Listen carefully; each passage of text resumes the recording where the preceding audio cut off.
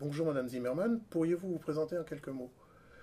Bonjour, je suis directrice d'études à l'École des hautes études en sciences sociales à Paris, également permanent fellow au Wissenschaftskolleg de Berlin.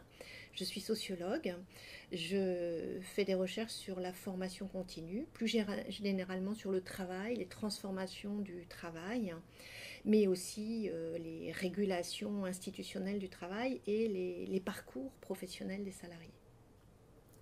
Vous venez d'intervenir dans le cadre des journées Vincent Merle qui se déroulent actuellement. Quel était le sujet de votre intervention?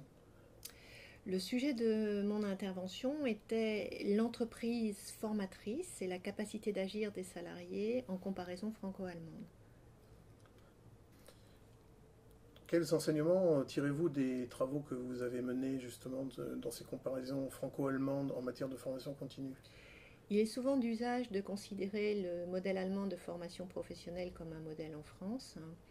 Or, nos travaux montrent qu'il est extrêmement important d'opérer une distinction entre système de formation initiale et système de formation continue.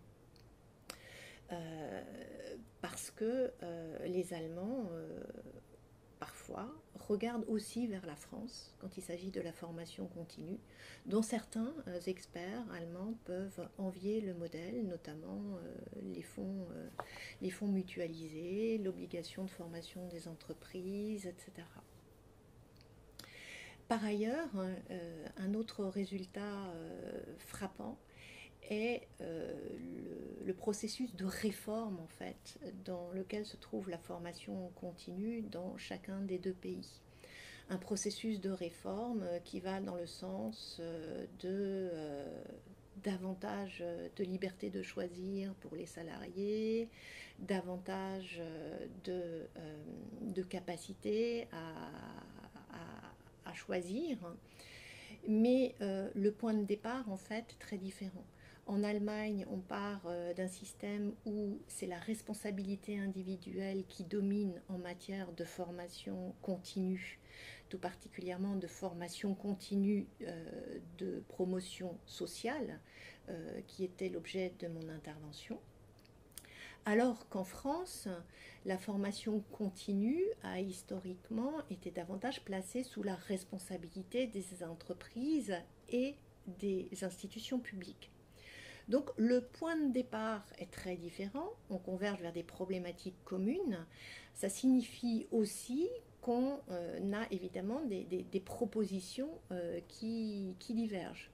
En Allemagne, on va plutôt aller dans le sens d'une intervention d'un État fédéral qui intervenait très peu dans le domaine de la formation continue jusque-là. En France, on va aller dans le sens d'une intervention continue de l'État central également, mais avec une responsabilisation plus importante des salariés. Là où elle était déjà très importante en Allemagne, mais elle était importante sans que les salariés aient les moyens forcément d'agir en vue d'assumer cette responsabilisation-là. Donc on est sur des processus convergents, mais qui s'expriment à travers des mécanismes et des réformes très différentes. Il a beaucoup été question de capacité d'agir. En quoi consiste-t-elle exactement pour l'individu ou le salarié? La capacité d'agir, c'est d'abord la liberté de choisir. Ce n'est pas une liberté absolue, mais pour le salarié, on peut parler de latitude de choix. La possibilité d'opter entre différents types de formations en matière d'évolution professionnelle. C'est ensuite un pouvoir d'agir, le pouvoir de réaliser les options choisies ou l'option choisie. Or, ce pouvoir n'est pas seulement tributaire du salarié, il est aussi tributaire de l'entreprise, des moyens mis à disposition par les politiques publiques. Et puis, enfin, la capacité d'agir, hein, c'est pas seulement la liberté de choisir et le pouvoir d'agir, c'est aussi la possibilité de déboucher sur des réalisations qui sont de valeur pour les personnes concernées. À savoir, dans le cas de la formation continue, pas seulement pour l'entreprise, mais aussi pour les salariés eux-mêmes, ce qui suppose que les salariés soient en mesure de formuler leurs aspirations et de contribuer activement à l'élaboration d'un projet de formation continue qui les concerne. Vous nous avez aussi parlé d'organisation capacitante. Et que faudrait-il pour que ce modèle idéal puisse passer de la théorie à la réalité? Que faudrait-il pour que ce modèle passe de l'idéal à la réalité?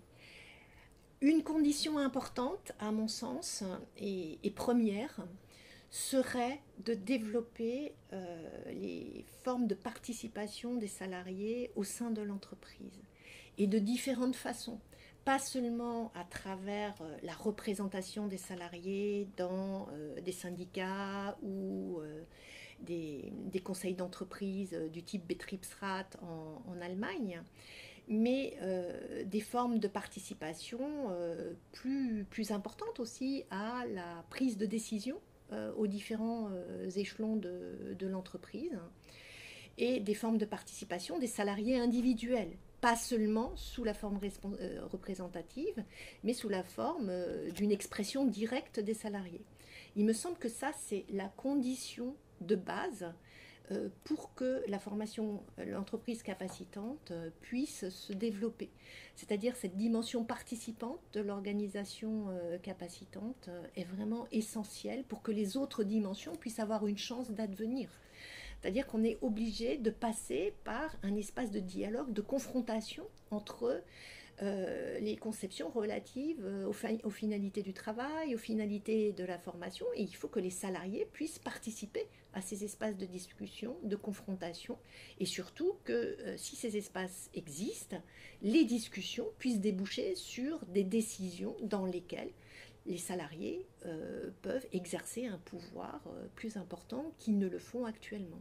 Il me semble que c'est vraiment la base, la condition nécessaire pour permettre le développement d'entreprises capacitantes.